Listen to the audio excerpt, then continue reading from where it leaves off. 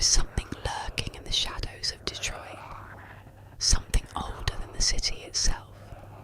It is small, swift, and hungry for misery. Those who have seen it do not speak its name lightly, for to glimpse the Nine Rouge is to invite disaster. The stories go back centuries. A red-skinned goblin-like creature, no taller than a child, his eyes burning like dying embers. Some say it wears tattered boots and a cloak of dark fur. Others claim it moves like a shadow given life, slipping between alleys, hiding beneath bridges, always watching. It does not attack. It does not speak. It only appears before tragedy strikes. In 1763, the French settler Antoine de la Motte Cadillac saw the Nine Rouge standing at the riverbank. Days later, he lost his fortune, his land, and was exiled from the city he had built. In 1805, as Detroit burned to the ground in a great fire, witnesses swore they saw a small red figure dancing in the flames, its laughter carried by the wind. In 1967, as riots tore through the city, the Nine Rouge was spotted near the deserted streets, grinning from the rooftops. The worst came in 1976. Two utility workers repairing a power line claimed they saw a twisted red figure perched on a pole, grinning with jagged teeth. Days later, one of the deadliest ice storms in history crippled Detroit, leaving the city in darkness, just as the Nine Rouge had foretold. Some say the only way to keep it at bay is to mock it, to drive it away with insults and laughter. Every year, the people of Detroit hold La Marche de Nain Rouge, wearing masks and parading through the streets to banish the demons once more. But it never truly leaves. And if, one night, you feel a cold wind that does not belong, if you see a pair of glowing red eyes staring from the dark, pray it is only your imagination, because if it is truly the Nine Rouge, something terrible is coming.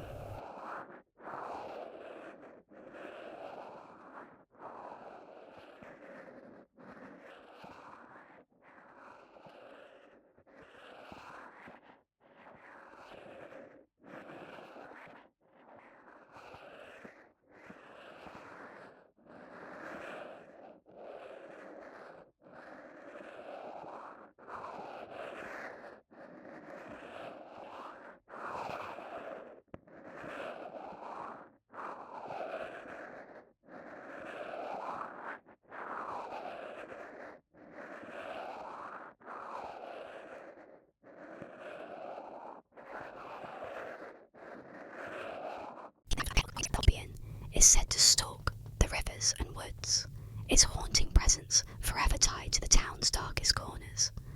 The creature is described as standing nearly 4 feet tall, its body slick and glistening like that of a frog pulled from murky waters. Its large, bulging eyes are said to glow faintly in the moonlight, watching silently from the underbrush.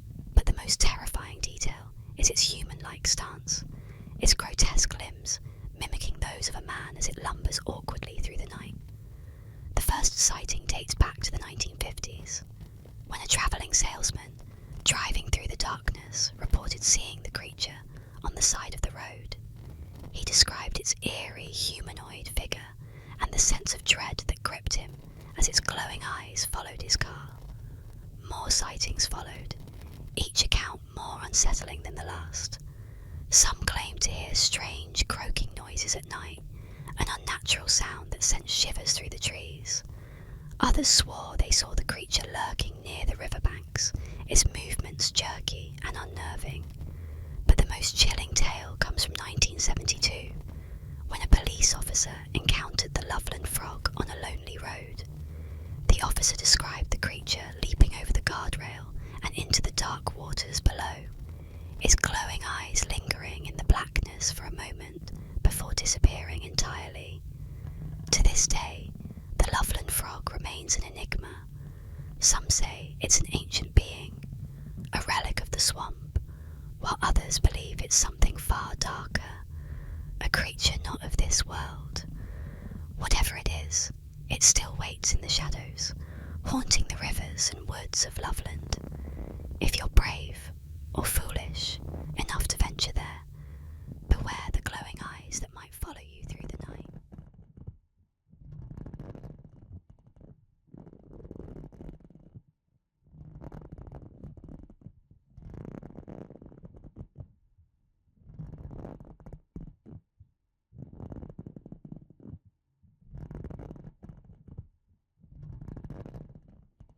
The legend of Macritus is a chilling tale of contagion and madness that whispers through the annals of urban lore.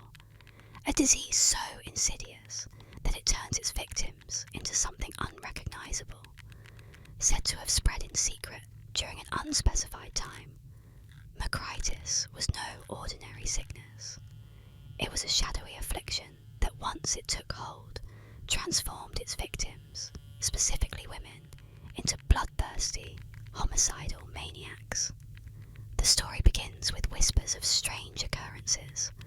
Ordinary women, mothers, daughters, and friends who suddenly turned violent without warning. The transformation was swift and terrifying. Once infected, these women would become consumed by uncontrollable rage, their minds slipping into a primal state of aggression. They lashed out at loved ones, strangers, anyone in their path, leaving behind trails of blood and carnage. The symptoms of Macritus were said to begin subtly: a fever, trembling hands, and a distant, hollow stare. But within days, the infected would lose all semblance of humanity. Eyewitness accounts described unnervingly wide eyes, twisted grins, and an almost supernatural strength.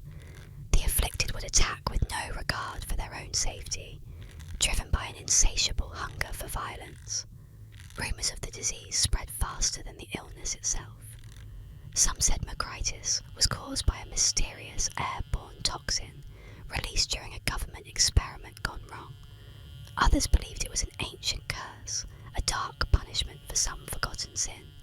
Whatever its origin, the mere mention of Macritus sent waves of panic through communities, leading to quarantines and desperate attempts to identify the infected before it was too late. Then, just as mysteriously as it began, the outbreak seemed to vanish. Official records of Macritus are non-existent, dismissed as nothing more than an urban legend or mass hysteria. Yet, some claim that the disease still lurks in the shadows, waiting to resurface. They warn that if you feel a sudden fever, if the faces around you twist into grins that don't quite reach their eyes, you might already be too late. For the curse of Macritus, they say, never truly dies. It only sleeps, waiting for the perfect moment to awaken once more.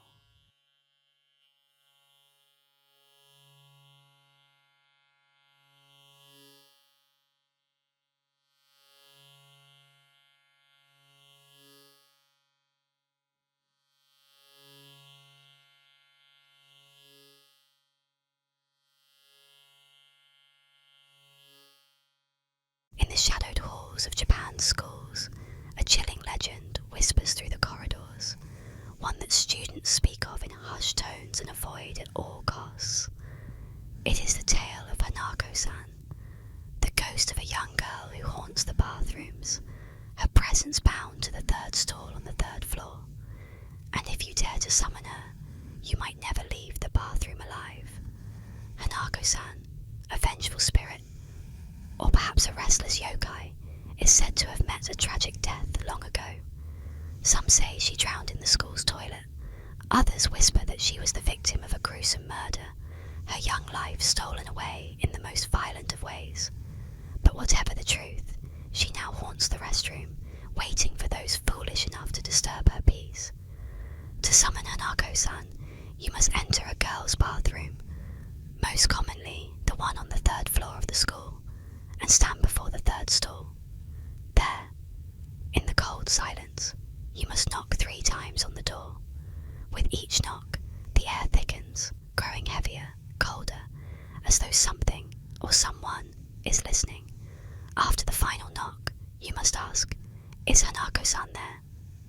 she responds, her voice soft and haunting, a chill will crawl up your spine and the door will slowly creak open. But beware, what you might see is not a friendly face. Hanako-san is often described as a small girl with short black hair, wearing an old-fashioned school uniform, her face obscured by shadow.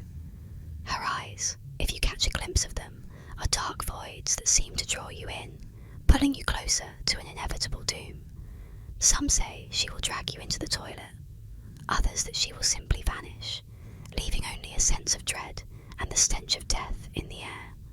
But no matter what you see, one thing is certain. Those who seek her out rarely return unchanged. They are marked by an unsettling presence, a shadow that follows them, and a fear of bathrooms that never truly fades. So, remember this. If you ever hear a knock from the third stall, or feel a cold hand on your shoulder when you least expect it, you'll know Hanako-san is there, waiting, watching, always watching.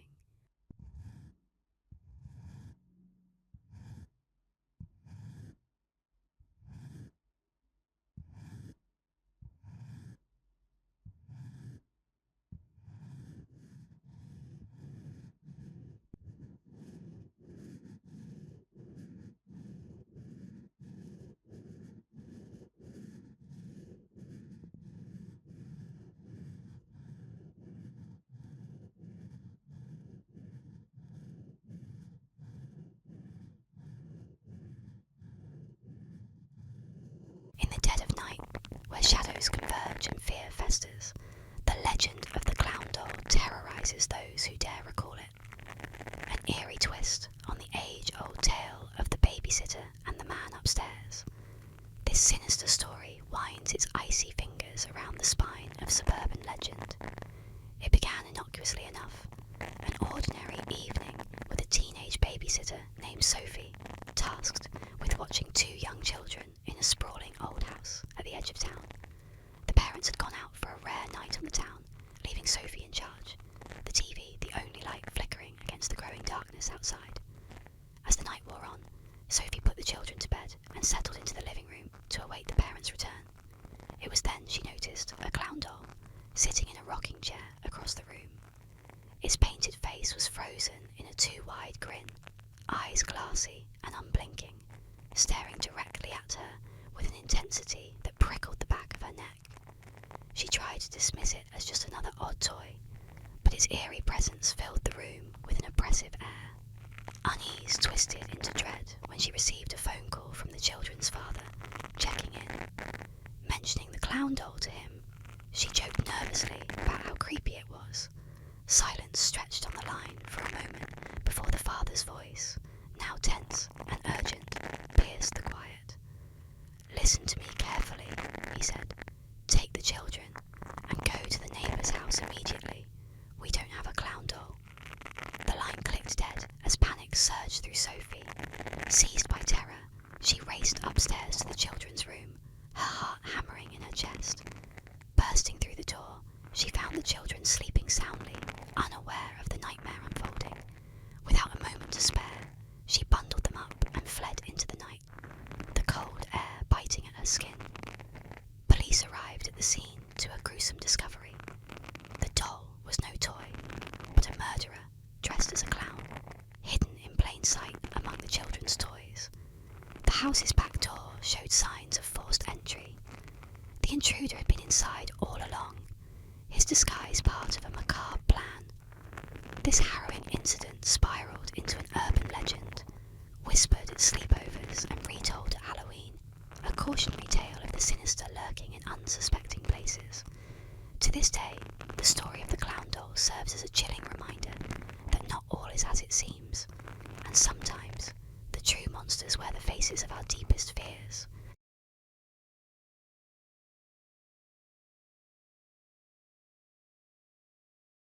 In the eerie silence of Bucksport Cemetery, Maine, stands a towering obelisk, a seemingly ordinary monument, yet one that bears a sinister mark.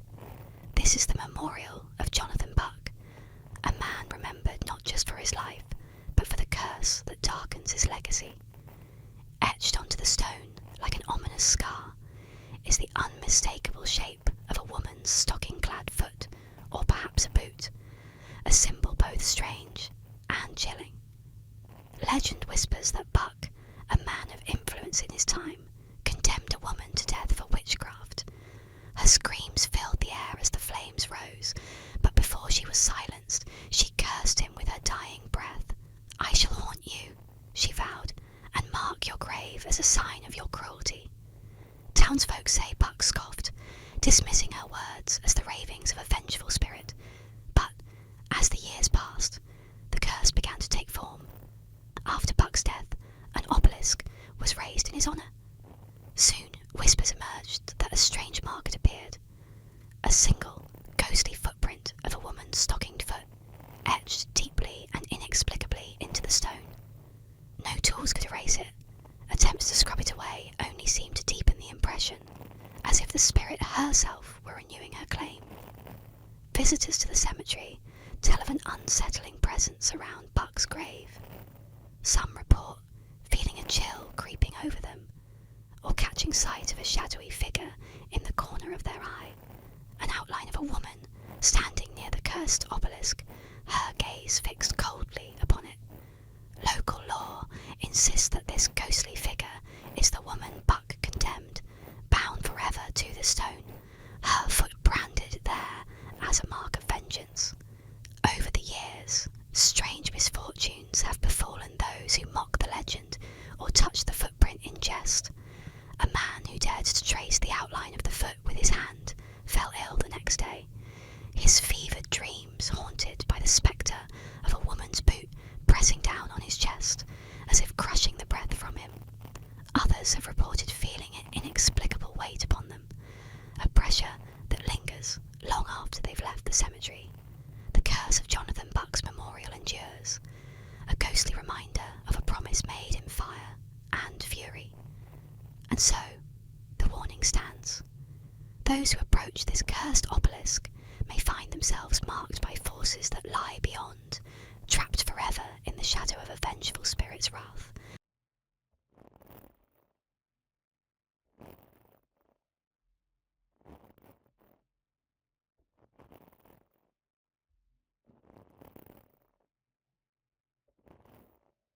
In the quiet town of Dover, Massachusetts, nestled among winding roads and dense woods, a terrifying legend emerged over 2 nights in April 1977.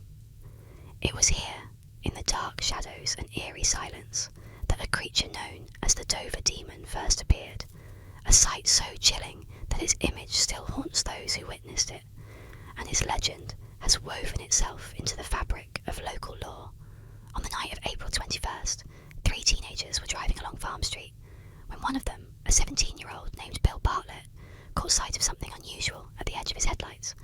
At first, he thought it was a small animal crouched along a stone wall, but as he focused, he realised this was no animal. Staring back at him was a figure unlike anything he'd ever seen. Small, barely 4 feet tall, with a large bulbous head, too big for its thin, fragile-looking body. Its skin was a strange, pale, almost chalky colour, and it had long, thin limbs that seemed unsettlingly out of proportion. The most disturbing detail, however, was its eyes. Large, glowing orange orbs that seemed to reflect back the light, piercing and unnatural, as if they were staring straight into his soul. Bartlett froze, watching as the creature clung to the rocks with an almost human grasp, its long fingers wrapping around the stones like a spider's legs. For a brief moment, the two locked eyes, and an intense wave of fear washed over him. Then, as quickly as it had appeared, the creature scuttled into the woods, vanishing into the night. Shaken, Bartlett told his friends about the encounter, but it didn't end there. The very next night, another sighting occurred, this time by a 15-year-old boy named John Baxter, who was walking home along Miller Hill Road. He described seeing a similar creature standing by the trees, watching him with those same haunting eyes. Baxter tried to approach, but the figure slipped into the shadows, melting into the woods with an unnatural silence. Terrified, Baxter fled, convinced he'd encountered something otherworldly. The following night, another teenager, Abby Brabham, reported seeing the same creature while driving near Springdale Avenue. Her description matched the others: an eerily pale, thin figure with a head too large for its body and those unforgettably large glowing eyes. By now, the sightings had spread through the small town, sending chills through the community and sparking wild speculation. Over time, the stories evolved, with locals suggesting all kinds of explanations. Some believed it was an alien, a visitor from another world, accidentally stranded in Dover, while others were certain it was some undiscovered creature lurking in the New England woods. Paranormal enthusiasts speculated that it was a being from another dimension, slipping in and out of our reality, leaving only fleeting glimpses and unsettling memories. But for those who saw it, the Dover demon was real, a creature they could never unsee. The sighting sparked fear, yet a morbid curiosity lingered. Some residents ventured into the woods with flashlights, hoping to catch a glimpse of the creature. But the Dover demon never showed itself again. It had left its mark, a shadow of dread that hung over Dover's quiet streets, yet its absence only deepened the mystery.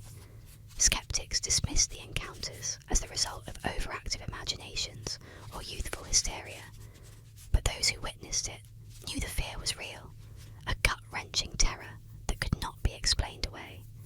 To this day, the Dover demon remains a chilling mystery, an enigma that defies explanation. Sightings have faded, but the story endures, passed down through generations as a ghostly reminder of something that walked among them, something that did not belong. The children of Dover grow up hearing the legend, warned not to wander too far into the woods at night, for fear of encountering the creature with the orange eyes. And on dark, moonless nights, some claim they still see strange shapes moving at the edge of the forest, a fleeting shadow with glowing eyes that vanish the moment you try to focus on them.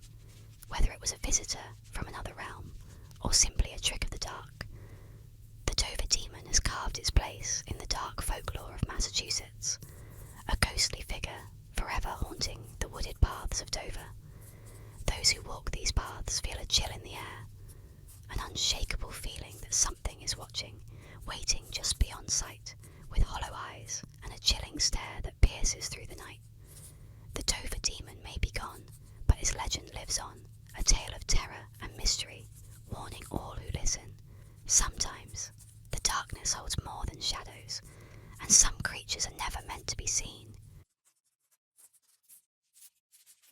Deep in the shadowy swamps of Fouke, Arkansas, a creature is said to roam, a nightmarish figure known as the Fouke Monster, also called the Boggy Creek Monster or Swamp Stalker. This beast has haunted the imagination of locals for decades, a being cloaked in mystery, terror, and shadow. The first chilling sightings began in the early 1970s. Witnesses described a hulking, ape-like creature standing over 7 feet tall, its body covered in dark matted hair. Its eyes glowed with an unholy red light, piercing through the dense fog that clings to the swamps. The creature was said to emit a low, guttural growl that sent shivers down the spine, a sound that seemed to echo deep into the forest, warning all who dared approach. The Fouke Monster didn't just lurk in the shadows. It was rumoured to stalk homes and farms on the edges of the swamp. In one particularly terrifying account, a family claimed the beast attacked their rural home, smashing through windows and clawing at doors in a frenzy. When they fired shots at it, the creature let out a blood-curdling scream and disappeared into the woods, leaving behind massive 3-toed footprints and a lingering sense of dread. Locals began to avoid the swamp at night, whispering that the creature was not merely an animal, but something darker, perhaps a spirit of the land, an ancient guardian awakened by trespassers. The area became steeped in fear, and many who ventured too close reported strange sounds, eerie movements in the underbrush, and an overwhelming sense of being watched. Even today, the legend of the Fouke Monster persists. Some say it still stalks the Boggy Creek area, its red eyes glowing in the dark, waiting for the unwary to stumble into its domain. Others claim to have heard its haunting growl in the dead of night, a reminder that some creatures are meant to remain unseen, lurking in the shadows of the swamp, forever untamed.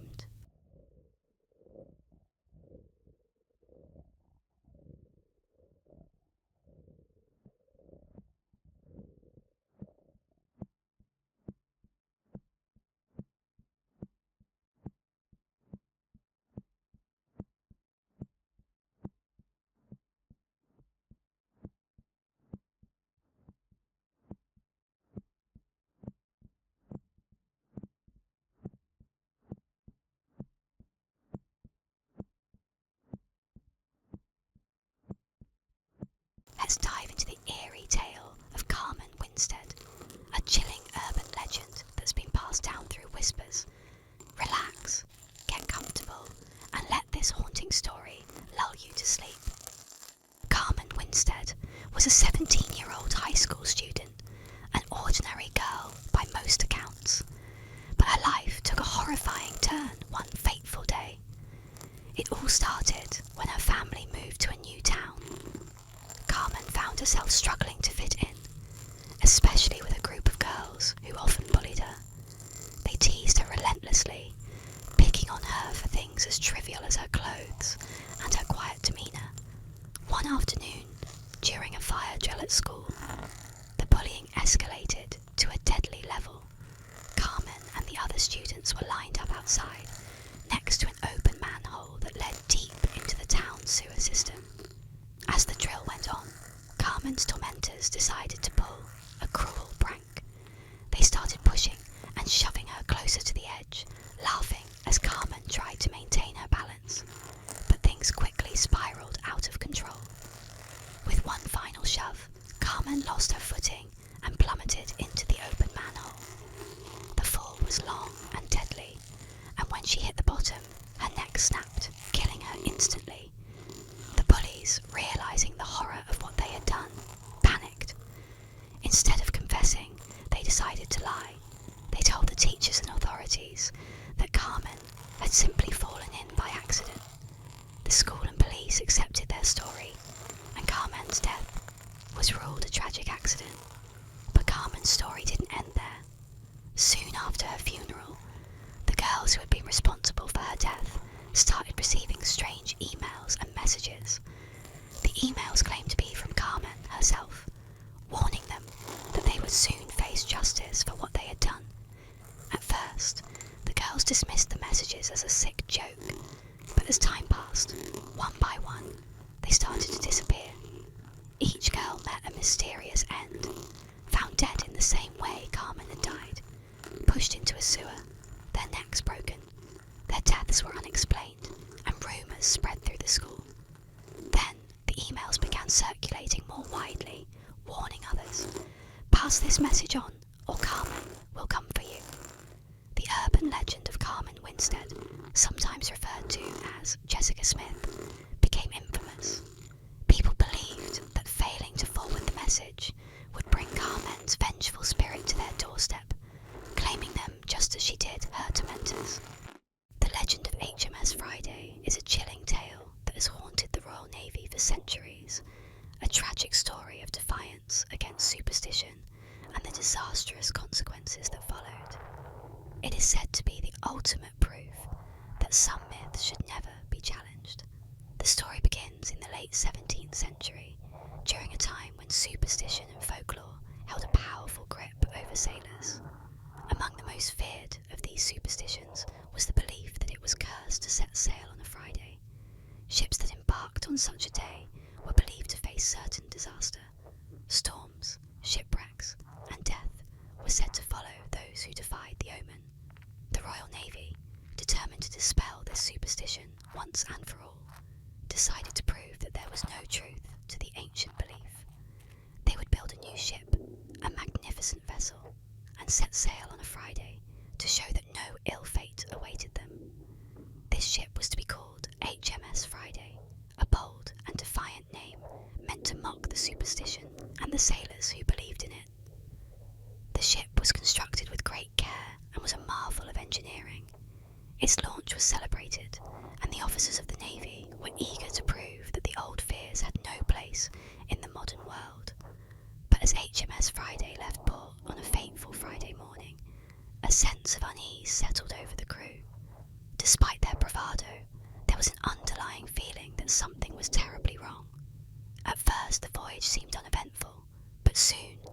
strange things began to happen.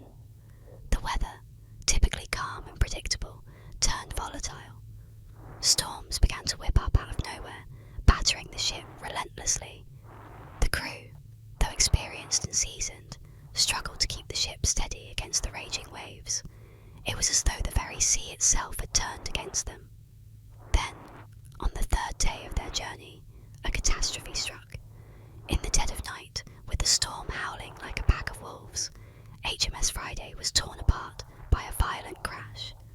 Some say the ship collided with a massive, unseen force beneath the water, while others claim it was a huge wave that shattered the hull.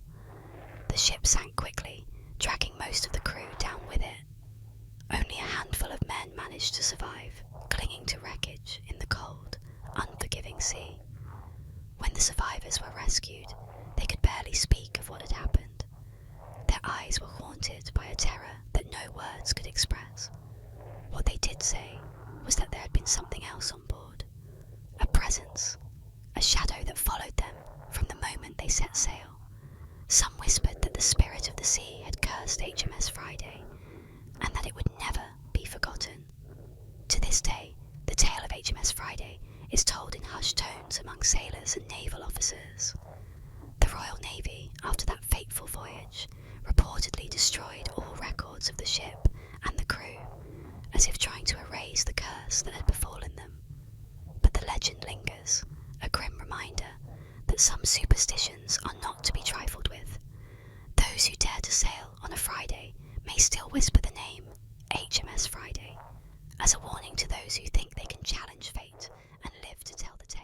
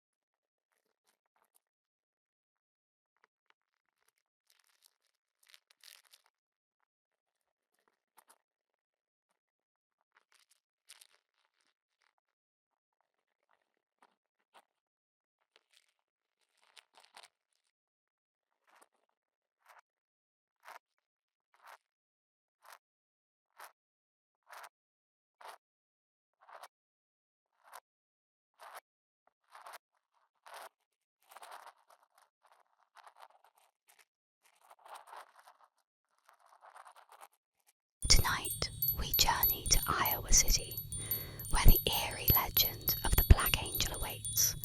Let the mysterious tale of this cursed statue guide you into a peaceful and restful sleep. Black Annis, also known as Black Agnes or Black Anna, is a chilling figure in English folklore, described as a terrifying hag with a blue face, sharp iron claws, and a fierce hunger for human flesh. She lurks in the shadows, waiting for the perfect moment to strike. According to the legend, Black Annis once lived in a cave in the Dane Hills near Leicester, which she is said to have carved out herself using only her iron claws. The entrance of her cave was surrounded by a large oak tree, from which she would emerge to hunt her prey. Her most infamous targets were children and young animals. The legend says that Black Annis would creep into the nearby villages under the cover of nightfall, dragging children back to her cave to devour them. She would skin her victims and hang their hides on the branches of her oak tree, using them to make clothing for herself during the harsh winters. Parents in the area used the tale of Black Annis as a way to scare their children into behaving or staying indoors after dark. The mere mention of her name would be enough to keep children obedient and fearful of wandering too far from home. Some versions of the legend claim that Black Annis could stretch her long arms through windows to snatch disobedient children from their beds if they didn't close their shutters at night. Despite her terrifying reputation, Black Annis also played a role in explaining natural phenomena. Her dark cave, according to local law, was believed to be an old burial site or a den she carved in the hillside. Some believed that her presence symbolised the harshness of nature, particularly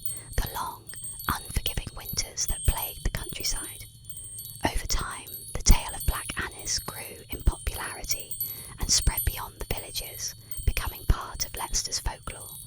Some say her spirit still haunts the area, while others believe she was merely a cautionary figure created to instill fear in children and protect them from the dangers of the wilderness.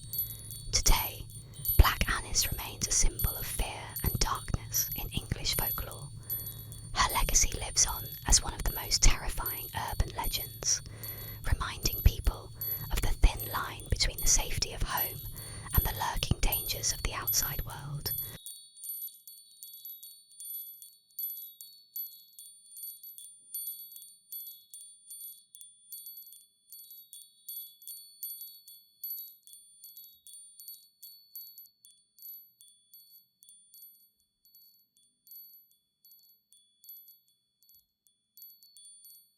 Tonight, we'll explore the chilling legend of the Beast of Bladenborough, a mysterious creature that once terrorised a small town. Settle in, relax, and let this eerie tale guide you to sleep. The Beast of Bladenborough, also known as the Vampire Beast or Vampire Cat, is an urban legend that originated in Bladenborough, North Carolina, during the winter of 1953 to 54. This eerie tale centres around a series of mysterious animal deaths that left the small town in fear. Over the course of several weeks, numerous pets and livestock were found dead, their bodies reportedly drained of blood, with locals attributing the attacks to an unknown predator. Witnesses described the beast as a large cat-like creature with dark fur, sharp claws, and glowing eyes. Some said it resembled a panther or cougar, while others believed it was something more sinister. The way the animals were killed, found with deep bite marks and their blood allegedly drained, led many to speculate that the creature was vampiric in nature, earning it the nickname Vampire Beast. As the attacks continued, fear spread through the town, and locals organised hunting parties in an attempt to track down the creature. Despite numerous efforts and a rising sense of panic, the beast was never captured or conclusively identified. Some hunters claimed to have spotted the creature, but it always seemed to vanish before anyone could get a clear shot. Over time, the sightings diminished, and the strange animal deaths eventually stopped.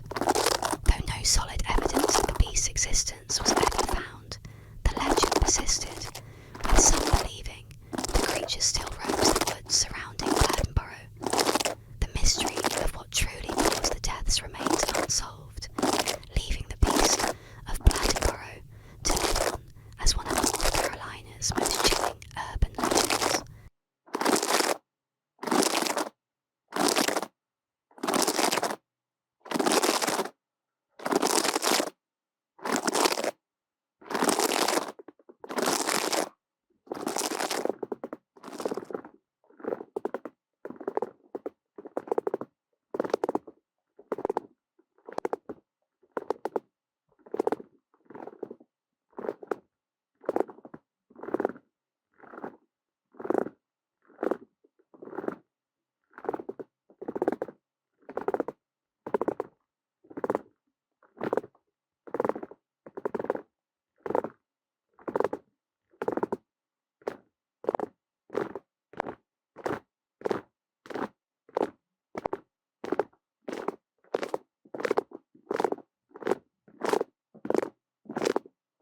The desert stretched out, a desolate expanse of sand and rock baking under the merciless Arizona sun.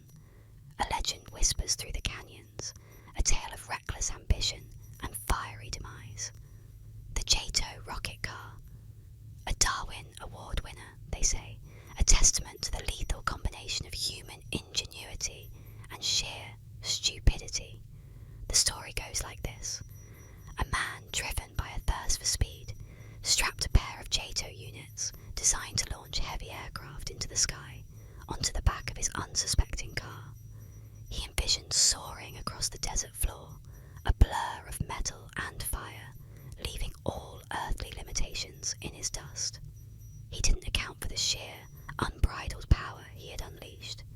The desert highway became his launch pad, the asphalt shimmering in the midday heat. gets ignited, propelling the car forward with terrifying force. Witnesses, they say, watched in disbelief as the vehicle accelerated beyond control, a metal beast unleashed from its earthly constraints. The driver, caught in the grip of forces beyond his comprehension, became a passenger in his own demise. The car, a screaming projectile, hurtled towards the horizon, a fleeting streak against the vast backdrop of the desert. Then the inevitable. A distant plume of smoke, a fiery eruption against the clear blue sky. The Jato rocket car, they say, met its end embedded deep within the side of a mountain, a twisted, mangled wreck, a monument to the folly of man. No official reports exist, no police records document such a fiery demise. The Arizona Department of Public Safety, weary of the persistent whispers, even issued a press release debunking the legend. Mythbusters, the champions of scientific truth, subjected the tale to rigorous testing, proving its impossibility. Yet, the legend persists, a morbidly fascinating tale whispered around campfires, a chilling reminder of the seductive allure of speed and the devastating consequences of unchecked ambition. And then, years later, a hiker exploring the remote canyon stumbled upon a strange anomaly, a scorched patch of earth high on the side